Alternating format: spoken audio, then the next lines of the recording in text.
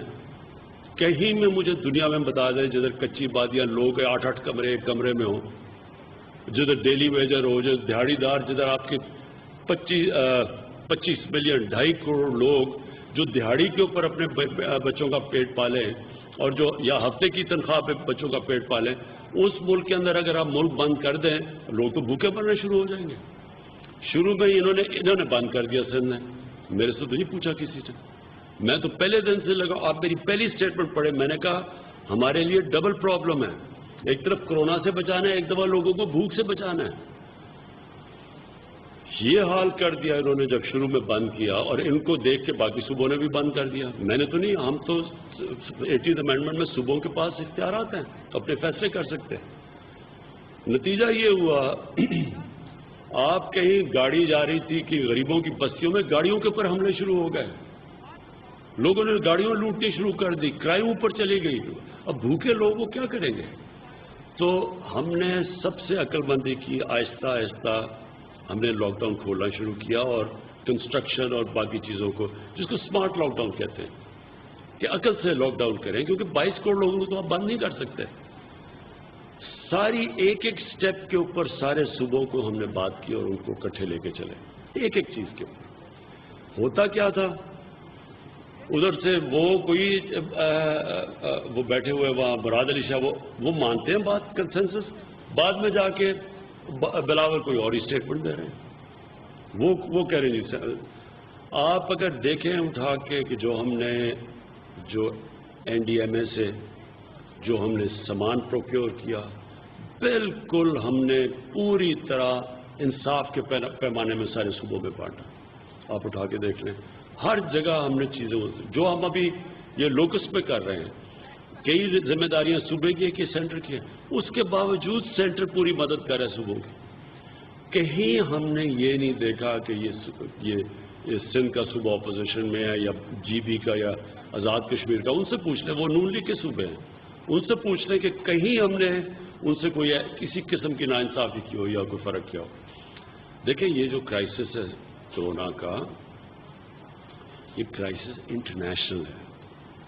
اس crisis میں سے اللہ نے ابھی تک پاکستان کو بچایا ہوا ہے. پاکستان کے جو ابھی حالات ہیں یہ یاد رکھیں ہمارے بڑھ رہے ہیں. یہ پیک آنی تھی کیونکہ ہم بند کر نہیں سکتے تھے زیادہ دیر. بڑے بڑے ملکوں کا دوالیہ نکل گیا ہے جو کہ ہمارے سے امیر ترین ملک ہیں. جب آپ لاک ڈاؤن کرتے ہیں ایک معاشرے کو، کوئی بھی معاشرے کے اندر یہ برداشت نہیں ہو سکتا. آج امریکہ میں 20 صوبوں کے اندر کورونا بڑھ رہی ہے، اس کے باوجود وہ لاک ڈاؤن کھول رہے ہیں. ہندوستان کے اندر ہمارے سے تیزی سے افواہ بڑھ رہی ہے، انہوں نے سب سے زیادہ سخت لاک ڈاؤن کیا. آج وہ مجبور ہے کھولنے میں، ان کے لوگ بھی زیادہ مر رہے ہیں، ان کے بھوک سے بھی لوگ زیادہ مر رہے ہیں. سو ہم نے یہ جس طرح، میں پورے آج وثوق سے کہتا ہوں، جس طرح پاکستان نے اس لاک ڈاؤن کے اندر یہ دونوں بیلنس کر کے نکلا ہے، دنیا میں کوئی ملک ایسا نہیں نکلا جس نے یہ بھی دیکھے. آج ہندوستان میں 34% لوگ ایکسٹریم غربت میں چلے گئے ہیں لاک ڈاؤن کی وجہ سے. ان کے بیچارے جو مائیگرنٹ ورکر ہیں وہ 100 میل چل رہے ہیں بیچارے، انہوں نے جس طرح کا لاک ڈاؤن کیا. ہم نے ایسا نہیں کیا. ہم نے اپنے لوگوں کو غربت سے بھی بچایا اور ہم نے سلو ڈاؤن بھی کیا اس کا. جو یہ میں آخری بات ضرور کہوں گا کہ کوئی بھی دنیا کے اندر ملک اس سے کامیابی سے اس کے اوپر نہیں کامیاب ہو سکتا یہ کرونا وائرس سے، جب تک کہ عوام خود ذمہ داری نہ لے اور SOPs پہ نہ چلے. جو ملک کامیابی سے چل رہے ہیں، مثلا جرمنی ہے اور یہ جو سویڈن ہے، جنہوں نے ان کی SOPs پہ لوگ عمل کر رہے ہیں. یہاں لوگ سیریس ہی نہیں لیتے. اب ہم پوری اس سے سخت کیمپین کرنے لگے ہیں. اب ہم نے فیصلہ کیا کہ ہم فائنز کریں گے لوگوں کو، وہ جو نہیں چل رہے ان کے اوپر ایکشن لیں گے. لیکن علاقوں کے اندر یہ پوری طرح ملک نہیں بند کریں گے، اسمارٹ لاک ڈاؤن یعنی علاقوں کے اوپر، اور ہمارے پاس پوری اب ٹیکنالوجی کی وجہ سے ہمیں پتہ چل گیا ہاٹ سپاٹس کدھر ہیں، ان کے اوپر اب ہم ایکشن لیں گے۔ ایک یہ میں چاہوں گا کہ آپ کو ثانیہ بتائیں جو کہتے ہیں نا کہ جی سندھ سے کوئی ہمارا سلوک ٹھیک نہیں، یہ جو ہمارا سب جس نے اس وقت لوگوں کو بھوک سے بچایا وہ ہے ہمارا احساس کا پروگرام، جو شفافیت سے اور اتنے تھوڑے ٹائم میں اتنا زیادہ پیسہ بانٹا ہے۔ یہ ذرا آپ پہلے بتا دیں کہ ہم نے سندھ کے لیے، حالانکہ سینٹر سے پیسے جا رہے ہیں، لیکن ہم نے سندھ کے لیے یعنی جو ایلوکیشن کی پہلی دفعہ سب سے زیادہ پیسہ سندھ میں گیا۔ ابھی بھی جو پرائم منسٹر کا ریلیف فنڈ ہے وہ آپ پلیز بتائیں، جو میں آج لڑکانہ میں بھی کر رہا ہوں، ہے پرائم منسٹر کا فنڈ، پیسے میں نے اکٹھے کیے، سب سے زیادہ پیسہ سندھ میں آ رہا ہے۔ جی وزیر اعظم صاحب، 3 چیزیں میں کہنا چاہوں گی۔ سب سے پہلے تو یہ کہ سندھ کے لیے وفاقی حکومت نے احساس ایمرجنسی کیش کی مد میں 60 بلین کی ترسیل ہو رہی ہے، اور یہ تقریباً 2/3 ابھی مکمل ہو چکی ہے، 1/3 ابھی بھی ہونی ہے، 60 بلین، 60 ارب۔ دوسرا یہ کہ 50 لاکھ خاندان جو ہیں سندھ میں وہ اس امداد سے مستفید ہوں گے، اور آپ کو معلوم ہے ہمارے سینسس کے مطابق ہر خاندان میں تقریباً 7 لوگ ہوتے ہیں، تو 50 کو آپ 7 سے ملٹیپلائی کریے، تو یہ بہت بڑی لوگوں کی تعداد ہے جو سندھ میں مستفید ہو رہی ہے۔ تیسری بات میں آپ سے یہ شیئر کرنا چاہوں گی کہ ہم نے فیصلہ یہ کیا تھا جب احساس ایمرجنسی کیش پہلے شروع کی تھی کہ ہم صوبوں کے حصے جو ہیں وہ 2017 کی مردم شماری کے مطابق رکھیں گے، اور اس کے مطابق سندھ کا حصہ جو تھا وہ 22% تھا، مگر جب فائنل فگرز ہم نے دیکھی تو اس میں سندھ سے سب سے زیادہ لوگوں نے امداد مانگی ہوئی تھی، کیونکہ غربت یہاں بلوچستان کے بعد غربت یہاں سب سے زیادہ ہے، تو یہاں سب سے زیادہ امداد مانگی ہوئی تھی لوگوں نے۔ ہم نے پہلے لوگوں سے پوچھا کہ کون کون مستحق لوگ ہیں، انہوں نے اپلائی کیا۔ جی میں بتا دوں تو احساس ایمرجنسی کیش کو اگر آپ کلوزلی فالو نہیں کرتے رہے تو میں آپ کو اس کا طریقہ کار بتا دوں کہ لوگ ریکویسٹ کر سکتے تھے ہمیں امداد۔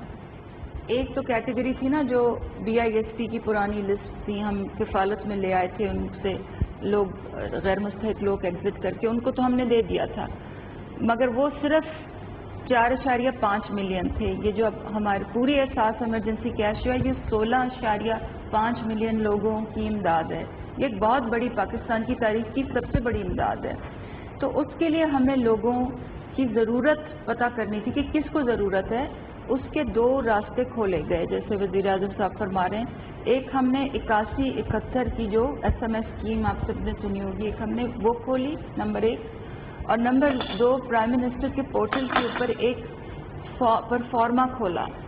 پہلے ہم نے 8171 والی اسکیم چلائی، پھر ہم نے پرائم منسٹر کے پورٹل پہ فارم کھولا، اور ہمارے پاس جو تمام اپلیکیشنز آئیں اس کو پھر ہم نے ڈیٹا کے ذریعے اس کی جانچ پڑتال کی، بالکل ایک غیر سیاسی طریقے سے، اس میں انسانی مداخلت کا کوئی راستہ نہیں تھا، بالکل ڈیٹا اور کی بنیاد پہ اس کی جانچ پڑتال ہوئی، کیونکہ آپ کو معلوم ہے کہ ہمارے جو نیشنل آئیڈینٹی کارڈ نمبر ہیں اس کے ساتھ ہماری ٹیکسیشن، گاڑی کی اونرشپ، بلنگ، FBR کا سٹیٹس، فورن ٹریول سب اس کے ساتھ منسلک ہوتا ہے۔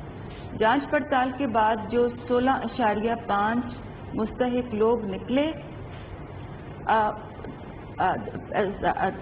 پہلے ہم نے کیونکہ بجٹ 12 ملین کا تھا، یعنی کہ 1 کروڑ 20 لاکھ کا تھا، ان کے لیے تو ہمارے پاس بجٹ تھا، مگر جب ہم نے جانچ پڑتال کی تو 16.5 ملین یعنی کہ 1 کروڑ 60 لاکھ لوگ مستحق نکلے۔ تو ہم وزیر اعظم صاحب کے پاس پروپوزل 2 لے کے گئے۔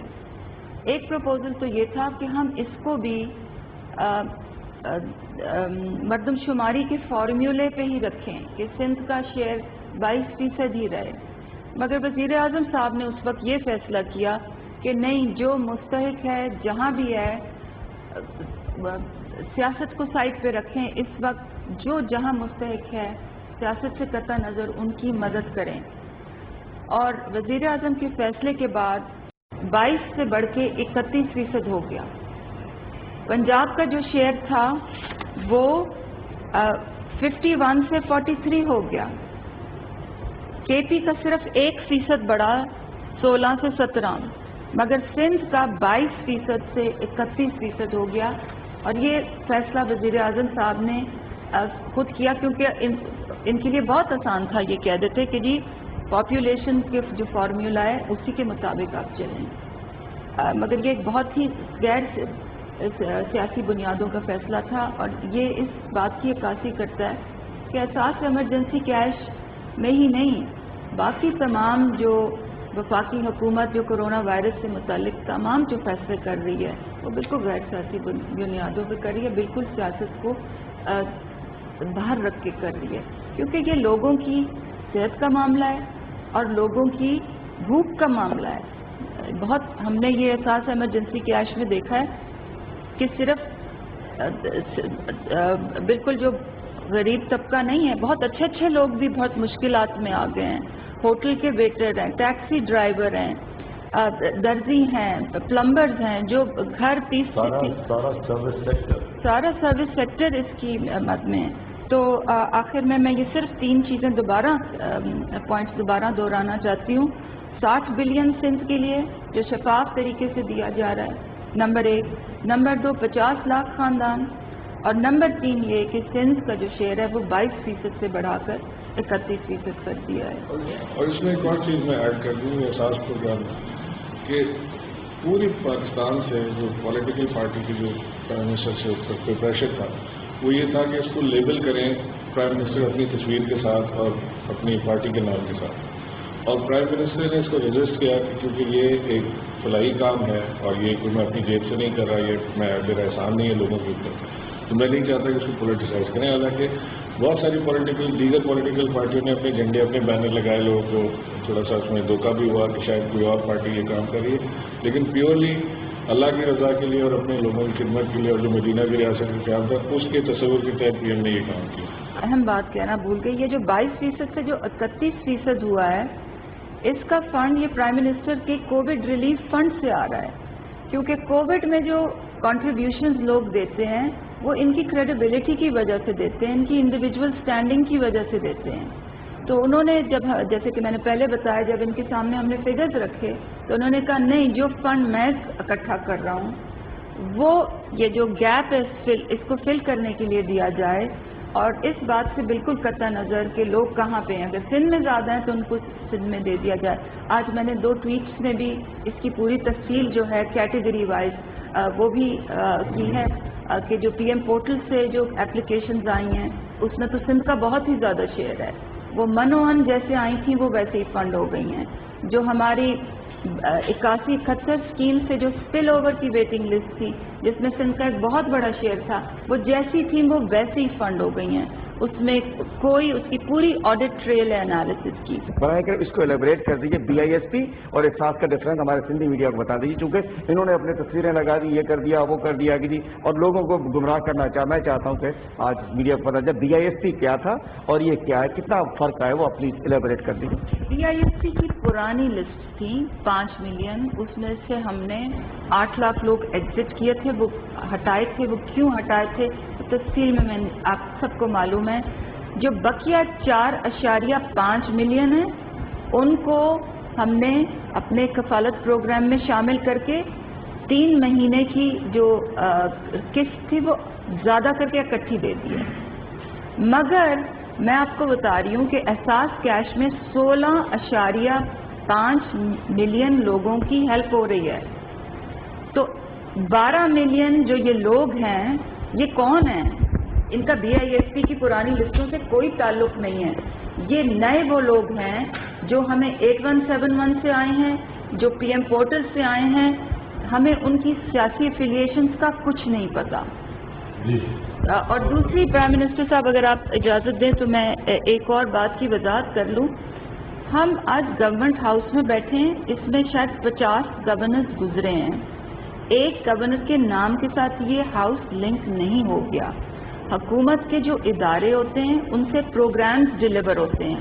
BISP ایک ادارے کا نام ہے، پیپلز پارٹی گورنمنٹ میں بھی اس میں وسیلہ تعلیم، وسیلہ صحت، وسیلہ روزگار، وسیلہ XYZ تھے. ہر حکومت اداروں سے اپنے پروگرامز ایگزیکیوٹ کرتی ہے. یہ فرق سمجھنا بہت ضروری ہے. سندھ کے جو مدنی مسائل ہیں ان پر سندھ کے لوگوں کا حق جو ہے آئینی حق اس کے معاملات ہیں. اس میں 18ویں ترمیم میں سندھ کے لوگ سمجھتے ہیں کہ اس میں بھی مکمل اختیارات صوبوں کو نہیں ملے، مگر اگر ملے بھی ہیں تو اس کے بعد آپ کی گورنمنٹ یا آپ کے وفاقی وزراء کی جانب سے 18ویں ترمیم کے خاتمے کے حوالے سے باتیں یا اسٹیٹمنٹس آتی رہتی ہیں. آپ واضح بتائیں کہ کیا واقعی حکومت کی پالیسی ہے 18ویں ترمیم کے خاتمے کے حوالے سے؟ دیکھیں، پہلے میں نے آپ کو واضح کیا کہ جو ڈیولوشن ہے وہ ہمیشہ ایک اس معاشرے میں جس میں گورننس سسٹم اچھا ہوتا ہے اس میں ڈیولوشن ہوتی ہے. یہ تو میں سمجھتا ہوں کہ ڈیولوشن اس میں ضروری ہے.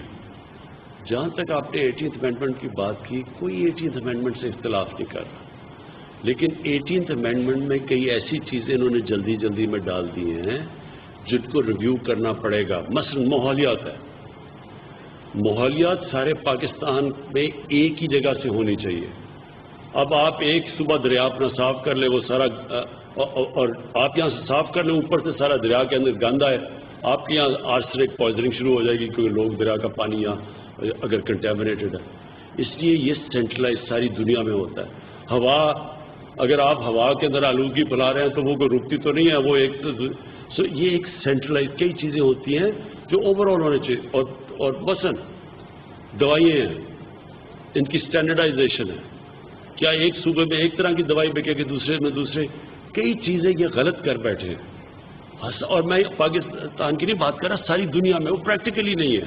اسٹینڈرڈائزیشن ہے کھانوں کی، کھانے پینے کی چیزوں کی. اب چاروں صوبوں کے اندر اپنی اسٹینڈرڈائزیشن ہے. آ کے ایک کمپنی آ کے فیکٹری لگاتی ہے ایک صوبے میں، وہ دوسرے میں جا نہیں سکتی وہ، اور اس میں پھر پیسہ بنتا ہے ہر جگہ لائسنس میں. کئی چیزیں انہوں نے غلط کر دی ہیں. جہاں تک اختیارات ہیں وہ تو پہنچ گئے ہیں صوبوں کے پاس. صوبوں نے نیچے بلدیات میں نہیں دیے. انہوں نے سارا جو چیف منسٹر ہے اس کے پاس وہ پاور آ گئی ہے جو کبھی کسی ڈکٹیٹر کے پاس ہو. وہ پاور نیچے دے ہی نہیں رہا. تو جو ساری دنیا میں کامیابی سے ڈیولوشن چلتی ہے وہ 3 ٹیئر سسٹم پہ چلتی ہے، یا 2 ٹیئر میں پھنس گئی ہے جا کے، ادھر سے تو ادھر چلے گئے. اس میں کئی چیزوں کے اوپر آپ کو فائن ٹیون، کوئی بھی دنیا میں سسٹم ہوتا ہے اس کا مسلسل ریویو ہوتا ہے. کئی چیزیں 18th امینڈمنٹ میں. اور لیکن جو سب سے بڑی بات جو NFC ایوارڈ ہے، یعنی یہ کیسا سسٹم بنایا ہے کہ جب فیڈرل گورنمنٹ اپنے سارے صوبوں کو پیسے دے دیتی ہے، ڈیفنس دے دیتی ہے، قرضے کی قسطیں، وہ تو سارا کامن چیزیں ہیں سارے صوبوں کے اندر. تو فیڈرل گورنمنٹ 700 ارب روپے کے سارے میں چلی جاتی ہے، باقی سارا بجٹ قرضے لے کے کرتی ہے. یہ پریکٹیکل نہیں ہے. اس کے اوپر ڈسکشن کی ضرورت ہے. اس کا یہ نہیں مطلب کہ ڈیولوشن کو کوئی پل بیک کر رہا ہے. کئی چیزیں جو 18ویں ترمیم میں انہوں نے جلدی کی ہیں اس کے اندر پرابلمز آ رہے ہیں، اور ان پرابلمز کو سارے صبح بیٹھ کے ڈسکشن کر کے ان کو ٹھیک کر دیں. یہ اس کو غلط تاثر دیا جا رہا ہے کہ جناب وہ دیکھیں جی وہ واپس پاور لینا چاہتی ہے. غلط بات ہے. انوملیز ختم کرنا چاہتے ہیں اس میں سے. آٹے کا کرائسس ہوا تھا، اس کی رپورٹ کا کیا ہوگا، IPPs کا کیا ہوگا؟ اور دوسری بات یہ کہ آپ کی جو صوبائی یہاں پہ PTI کی قیادت ہے وہ سندھ حکومت کی کارکردگی کو بنیاد بنا کر مرکز کو مداخلت کی جو ہے وہ اپیلیں کرتی ہے. آپ کیا سمجھتے ہیں کہ کیا سندھ میں اس حوالے سے مرکز کے پاس کوئی گورنر رول کا آپشن موجود ہے؟ پہلے میں شوگر کی اس بات کر دوں. اس ساری شوگر رپورٹ کے اندر کیا چیز سامنے آئی ہے؟ سارے دونوں پولیٹیکل پارٹیز کی جو پولیٹیکل ایلیٹ ہے وہ ساری شوگر ملز میں چلی گئی ہے، اور وہ جو ساری جو پالیسیز گورنمنٹ کی وہ ہائی جیک کر بیٹھی ہے، جس کو ایلیٹ کیپچر کہتے ہیں. 4 سالوں کے اندر 4 سالوں میں 29 ارب روپے کی سبسڈی لی ہے انہوں نے، اور ٹوٹل ٹیکس 80 شوگر ملز نے 9 ارب روپیہ دیا. یعنی اس سے زیادہ ظلم کیا ہو سکتا ہے کہ عوام کے پیسے پہ چل رہی ہے، ٹیکس وہ ہی دے رہا ہے. گنے والوں کو جو ساری رپورٹ کے اندر ہے ان بیچاروں کو پیسے نہیں دیتے، جو محنت کش سارا وقت کام کر کے جا کے کھڑا ہوتا ہے اس کو پیسے سال تک پیسے نہیں دیتی۔ 180 روپیہ فکس ہوتا ہے، ان کو کٹوتی کر کے 140 روپے وہ بھی پیسے مار جاتی ہے۔ پھر انہوں نے شوگر سٹاکس رکھے ہوئے ہوتے ہیں، ان کے اوپر سٹا کھیلتے ہیں، پھر ایکسپورٹ کے نام پہ ریبیٹ لیتے ہیں، وہ چینی یہیں بک جاتی ہے، اسے سیلز ٹیکس بھی بچا لیتے ہیں، اسے بلیک کا پیسہ بھی وائٹ، یعنی اتنا بڑا سکیم اس کے اندر نظر آیا ہے۔ اور سب سے بڑی چیز کیا نظر آئی ہے کہ جو ریگولیٹرز تھے، مثلا SECP تھی، مثلا FBR ہے، مثلا کمپٹیشن کمیشن، یہ ساروں کو کیپچر کیا ہوا تھا انہوں نے، وہ ان کے ساتھ ملے ہوئے تھے کیونکہ وہ سارے تکڑے لوگ تھے۔ تو یہ جو پولیٹیکل ایلیٹ نے شوگر، مہنگی چینی بیچی جاتی ہے پاکستان میں دنیا سے، اس کی کوالٹی بھی ٹھیک نہیں ہوتی، سبسڈیز بھی گورنمنٹ سے لیتے ہیں، گنے والوں کو بھی پیسہ نہیں دیتے، عوام مہنگی چینی لیتی ہے، اس کے علاوہ جو گورنمنٹ ہے اس کے ٹیکس بھی چوری کرتے ہیں۔ اور یہ کیوں نہیں ان کو پوچھ سکتا کہ وہ سارے پاور پہ بیٹھے ہوئے ہیں، جو بھی اب انہوں نے جو کیس کیا لاہور ہائی کورٹ پہ، اسلام آباد ہائی کورٹ میں، کبھی آج تک سنا ہے کہ ایک کمیشن کی رپورٹ کے اوپر اسٹے آرڈر مل جائے؟ یہ کبھی کسی نے تصور کر سکتے ہیں؟ وہ تو کمیشن کی رپورٹ ہے، آگے تو ایکشن لینا ہے نیب نے، FIA نے، ان کی فائنڈنگز کے اوپر کچھ کہیں۔ آپ نے انکوائری کے اوپر کیسے، چینی 26 روپے مہنگی ہوئی ہے، انکوائری کروائی گورنمنٹ نے، اس کی رپورٹ آ گئی، اس کے اوپر اسٹے آرڈر کیا؟ یہ ان کی طاقت ہے۔ اور یہ سب اس کے اندر آپس میں پولیٹیکلی اختلاف ہوگا، پیسے کے معاملے میں سب اکٹھے ہیں، اور اس کے اوپر انشاءاللہ یہ میرا وعدہ ہے اس قوم کے ساتھ کہ آخری حد کے اوپر جائیں گے کہ ہم ان کو اب ایکسپوز کریں گے، ان سے فائنز کروائیں گے، ان سے پیسے لیں گے، انہوں نے جو کسانوں سے پیسے لیے ان سے واپس کروائیں گے۔ چینی کی قیمت ابھی سے اسلام ہائی کورٹ نے کہا کہ 70 روپے کے اوپر لے کے آؤ، چینی کی قیمت سستی ہوئی ہے، عوام کا فائدہ، تو یہ ہر حد کے اوپر جائیں گے، اور یہ ہر جگہ کے اوپر آپ کو یہ مافیاز نظر آئیں گے، آپ کو یہ اور بھی بڑے بڑے یہ جو کارٹلز بنے ہوئے ہیں، ابھی ان کے پیچھے بھی اب ہم جائیں گے۔ جو پینڈیمک کے حوالے سے جو پالیسی دکھ رہی ہے اس میں لگتا ہے کہ ہم جو ہے وہ ہرڈ امیونٹی کی طرف جا رہے ہیں، اگر ایسا ہے تو پھر اس کا اعلان کیوں نہیں کیا جاتا کہ ہم اس طرف جا رہے ہیں؟ میرے صرف پوائنٹ یہ ہے کہ یہ جو آپ کرونا کی بات کر رہے ہیں اس پہ میں صرف آخری بات کرتا ہوں۔ دیکھیں کرونا جو ہے اس کے اوپر میں پھر سے یہ کہوں گا کہ جو پاکستان نے اس کے اوپر قدم اٹھائے ہیں، میرے خیال آپ دنیا میں کسی بھی ہیڈ آف اسٹیٹس کی اسٹیٹمنٹس دیکھ لیں، وہ کبھی کچھ کہتے تھے کبھی کچھ کہتے تھے، جو ڈونلڈ ٹرمپ کی سن لیں، بورس جانسن کی سن لیں، آپ میری پہلے دن سے آج تک اسٹیٹمنٹ دیکھ لیں، کبھی اس کے اندر کوئی تضاد نہیں آیا۔ وجہ یہ ہے کہ ہم نے NCOC بنائی، ہم نے ڈاکٹرز بٹھائے، ہم نے پہلے دن سے اس کے اوپر مسلسل ساری دنیا کو اسٹڈی کیا، اپنے ملک کو اسٹڈی کیا، اس لیے ہماری کنسسٹنسی اسٹیٹمنٹ میں تھی، اور اس لیے ہم نے اپنے ملک کو بڑے عذاب سے بچایا جو آج ہندوستان پھنس گیا ہے۔ اگر مجھے جو سارے انہوں نے پریشر پہلے 2-3 ہفتے میں ڈالا کہ جی آپ بھی سندھ والا پورا لاک ڈاؤن کر دیں ملک کو، جو بلاول بھٹو لگے ہوئے لاک ڈاؤن، بلاول بھٹو کو تو پتہ ہی نہیں بیچارے غریب لوگ رہتے کیسے ہیں، انہوں نے تو کبھی کچی بادی میں جا کے دیکھا ہی نہیں، لاک ڈاؤن کے اندر 10 آدمی ایک کمرے میں، وہ لاک ڈاؤن آپ کیا کریں گے ان کو تو پتہ ہی نہیں سوشل ڈسٹینسنگ، غریب لوگ وہ تو اپنے بلاول ہاؤس میں لاک ڈاؤن ہو جاؤ تو بڑا آسان ہے، کھانا بھی مل رہا ہے، ان کو تو یہ نہیں پتا کہ جب آپ لوگ ایک بند کرتے ہیں، ایک ساری اکانومی بند کر دیتے ہیں، غریب آدمی تو مر جاتا ہے اس میں، جو ہندوستان میں ہوا ہے۔ تو وہ ہم نے، میں کریڈٹ لیتا ہوں، میں نے پہلے دن سے کہا کہ غریب آدمی کو ہم نے بچانا ہے کیونکہ وہ کچلا جائے گا اس کے اندر، اور اللہ کا شکر ہے احساس پروگرام کی وجہ سے، اور جو ہم نے نیچے سے اپنے ایگریکلچر کھولا رکھا، ہم نے یہ کنسٹرکشن جلدی شروع کر دی، ہمارا وہ حال نہیں ہے جو آج ہندوستان کا ہے۔ آج اب حالات دیکھ کے ہندوستان میں لوگ بھوکے مر رہے ہیں، 34% انہوں نے ریسرچ کی ہے، ان کی آبادی ایکسٹریم پاورٹی میں چلی گئی ہے۔ سو یہ ہم نے گائیڈ کیا۔ اب یہاں سے 2 راستے رہ گئے، ایک طرف رہ گیا کہ اگر SOPs کے اوپر ہم چل پڑے تو انشاءاللہ ہمارا ہاسپٹل کوپ کر لیں گے، مشکل ہوگا کیونکہ ہمارا پہلے ہسپتالوں کا حال آپ نے دیکھا، لیکن پھر بھی گزارا کر لیں گے۔ لیکن اگر SOPs پہ نہ چلے، مجھے افسوس سے کہنا پڑتا ہے کہ یہاں بڑی زیادہ اموات ہو گئی، ہاسپٹل پہ بہت پریشر پڑے گا،